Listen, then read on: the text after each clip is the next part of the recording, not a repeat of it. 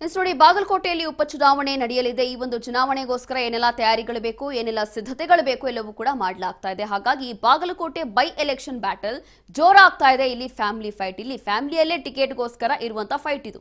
ಬಾಗಲಕೋಟೆ ಟಿಕೆಟ್ಗಾಗಿ ಎಚ್.ವೈ. ಮೇಟಿ ಕುಟುಂಬದಲ್ಲೇ ಕಿಡಿ ಕಾರ್ತಾ ಇದೆ. ಚುನಾವಣೆಗೆ ಸ್ಪರ್ಧಿಸಲು ಅಕ್ಕ ತಂಗಿ ಅಣ್ಣ ತಮ್ಮಂದಿರ ಮಧ್ಯೆ ಕಿತ್ತಾಟ ಶುರುವಾಗಿದೆ.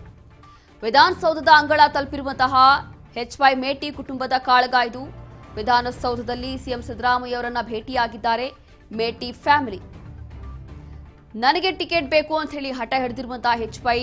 ಮೇಟಿ ಮಕ್ಕಳು ತೀವ್ರ ಕುತೂಹಲವನ್ನ ಕೇಳಿಸ್ತಾ ಇದೆ ಎಚ್.ವೈ. ಮೇಟಿ ಕುಟುಂಬಸ್ಥರ ನಡೆ.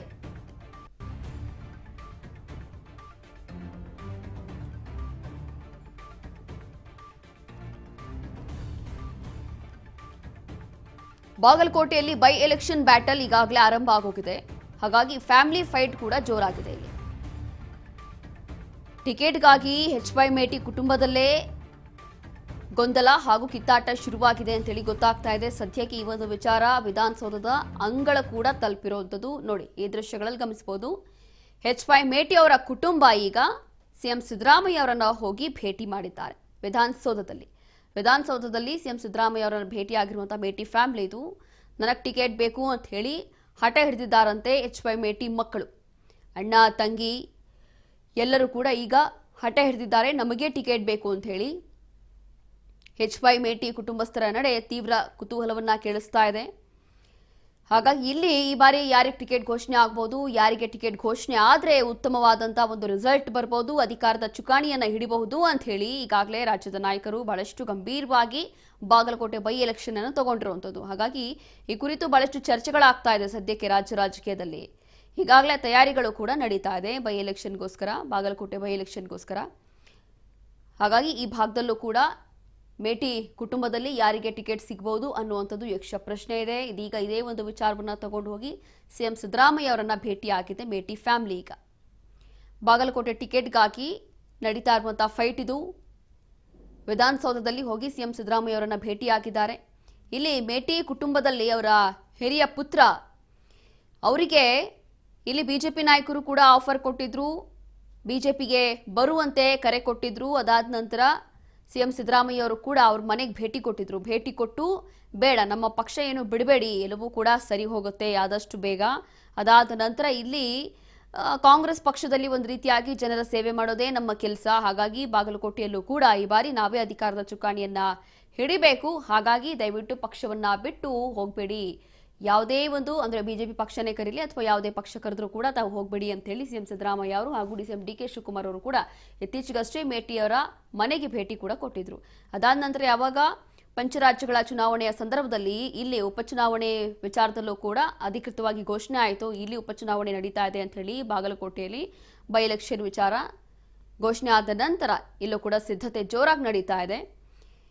ಅದರಲ್ಲೂ ಕೂಡ ಹೇಗೆಲ್ಲ ಅಧಿಕಾರದಲ್ಲಿ ಬರಬಹುದು ಅನ್ನುವಂಥದ್ದು ಒಂದು ಕಡೆ ಪ್ರಶ್ನೆ ಇಟ್ಕೊಂಡು ಎಲ್ಲ ತಯಾರಿಗಳನ್ನ ಮಾಡ್ತಾ ಇದ್ದಾರೆ. ಇದೇ ವಿಚಾರವಾಗಿ ಇದೀಗ ಸಿಎಂ ಸಿದ್ದರಾಮಯ್ಯ ಅವರನ್ನ ಭೇಟಿಯಾಗಿದ್ದಾರೆ. ಮತ್ತಷ್ಟು ಮಾಹಿತಿಯನ್ನ ಕೊಡ್ತಾರೆ ನಮ್ಮ ಪ್ರತಿನಿಧಿ ಬಸವರಾಜ್ ಹೋಗಾರ್. ಇಲ್ಲಿ ಬಾಗಲಕೋಟೆ ಬೈ ಎಲೆಕ್ಷನ್ಗೋಸ್ಕರ ಏನ್ ತಯಾರಿ ಬೇಕೋ ಎಲ್ಲ ಮಾಡ್ಕೊಳ್ತಾ ಇದ್ದಾರೆ. ಮತ್ತೊಂದು ಕಡೆ ಮೇಟಿ ಫ್ಯಾಮಿಲಿ ವಿಚಾರ ಬಹಳಷ್ಟು ಗೊಂದಲವನ್ನ ಸೃಷ್ಟಿ ಮಾಡ್ತಾ ಇದೆ ಯಾಕೋ ಇತ್ತೀಚೆಗೆ.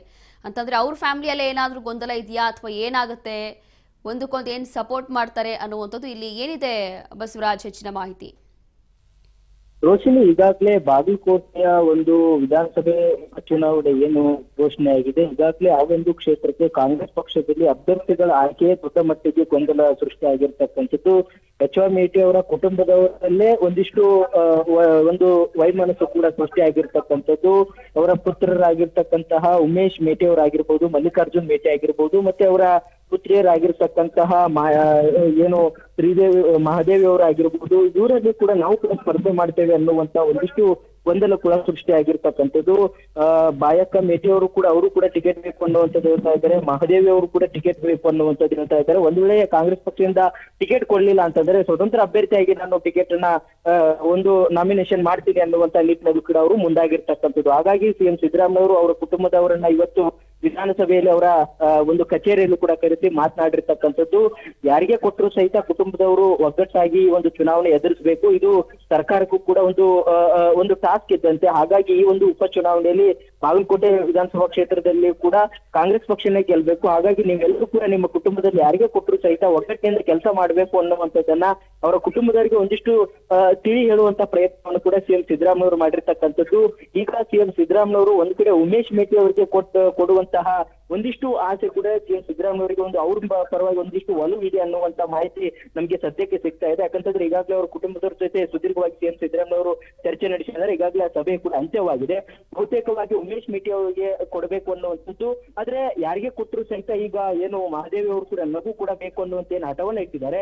ಅವರು ಕೂಡ ಸಿಎಂ ಸಿದ್ದರಾಮಯ್ಯ ವಿಶ್ವಾಸಕ್ಕೆ ತೆಗೆದುಕೊಂಡು ಅವರ ಕುಟುಂಬದಲ್ಲಿ ಒಬ್ಬರಿಗೆ ಟಿಕೆಟ್ ಕೊಡುವಂತ ನಿಟ್ಟಿನಲ್ಲಿ ಕೂಡ ಕೆಲವಷ್ಟು ಸೂಚನೆಗಳನ್ನ ಕೊಟ್ಟಿದ್ದಾರೆ ಅನ್ನುವಂತ ಮಾಹಿತಿ ಇದೆ. ಆದ್ರೆ ಅವರು ಕುಟುಂಬದವರು ಒಗ್ಗಟ್ಟಾಗಿ ಕೆಲಸ ಮಾಡ್ತಾರಾ ಅಥವಾ ಸಿಎಂ ಸಿದ್ದರಾಮಯ್ಯ ಮಾತಿಗೆ ಬೆಲೆ ಕೊಟ್ಟು ಒಂದ್ ಕಡೆ ಅವರು ಯಾರಿಗೆ ಕೊಟ್ಟರು ಸಹಿತ ಈ ಒಂದು ಚುನಾವಣೆಗೆ ಒಗ್ಗಟ್ಟಿನ ನಾವು ಕೆಲಸ ಮಾಡ್ತೇವೆ ಅನ್ನುವಂತ ನಿಟ್ಟಿನಲ್ಲಿ ಭರವಸೆ ಕೊಡ್ತಾರಾ ಅಥವಾ ಸಿಎಂ ಸಿದ್ದರಾಮಯ್ಯ ಅವರು ಒಂದಿಷ್ಟು ಮತ್ತಷ್ಟು ಚರ್ಚೆ ನಡೆಸಲಿಕ್ಕೆ ಇನ್ನೂ ಕೂಡ ಸಮಯಾವಕಾಶ ತೆಗೆದುಕೊಳ್ತಾರ ಅನ್ನುವಂಥದ್ದು ಕುತೂಹಲ ಕೆಡೆ ಮಾಡಿಕೊಡ್ತಾ ಇದೆ. ಆದ್ರೆ ಸದ್ಯಕ್ಕೆ ನಮಗೆ ಬಂದಿರತಕ್ಕಂತ ಮಾಹಿತಿಯ ಪ್ರಕಾರ ರೋಶಿನಿ ಉಮೇಶ್ ಮೇಟಿ ಅವರಿಗೆ ಕೊಡ್ತೇನೆ, ನೀವೆಲ್ಲರೂ ಕೂಡ ಒಗ್ಗಟ್ಟಿನಿಂದ ಕೆಲಸ ಮಾಡಿ ಅನ್ನುವಂತ ಸೂಚನೆ ಕೊಟ್ಟಿದ್ದಾರೆ ಅನ್ನುವಂತ ಮಾಹಿತಿ ಕೂಡ ಸಿಗ್ತಾ ಇದೆ ರೋಶಿನಿ.